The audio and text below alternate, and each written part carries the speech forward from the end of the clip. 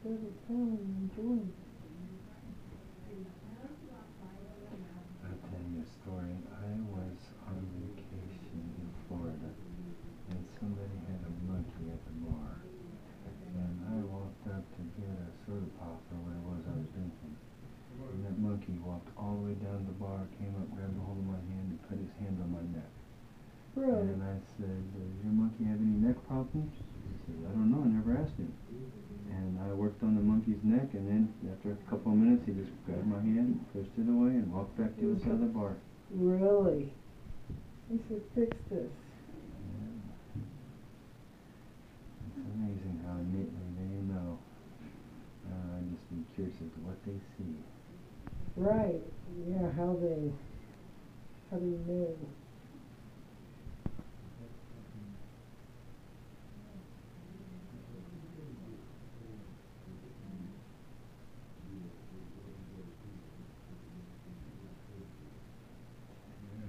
It's not tender here. That's alright. Don't squeeze very hard here.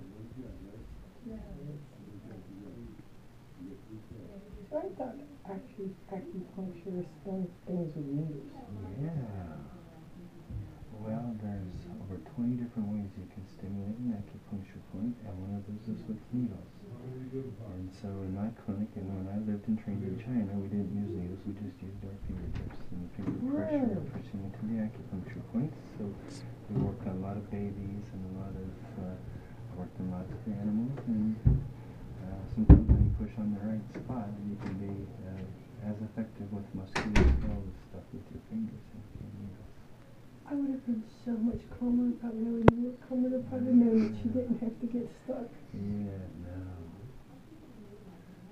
I was excited that she was getting extra attention, but I was a nervous wreck thinking that they were going to stick needles. No, there's lots of ways we can do things here, and as we find that people, they like the idea of acupuncture, but they don't like the idea of getting needles stuck in it.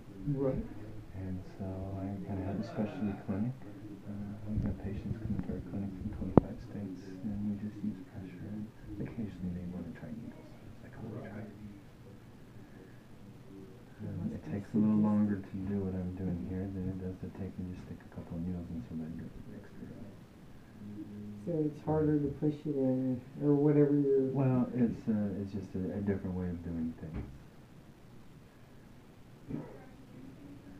And it's hard to say, okay, you lay still and don't move, or that's going to hurt if you move your leg. Yeah.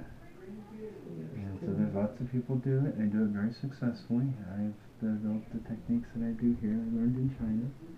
I know, okay, that's okay. I know it's a sore spot. That's okay. I'll get down here in a second. You're the one that asked for it. Yep. What else we need? Good. And so that's what's hard about when you tell a doctor something hurts. And because they don't know if it's an organ causing the pain, or if it's a pinched nerve causing the pain, or if it's a muscle causing the pain, or if it's an emotion causing the pain.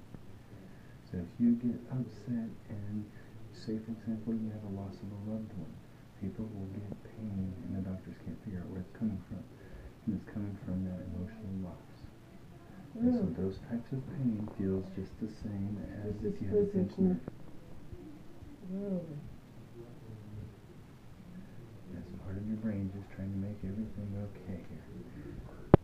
Okay, let's see what else we got here, young lady. Yeah, okay, let's put my hands right here for you. Let's see what else we can find.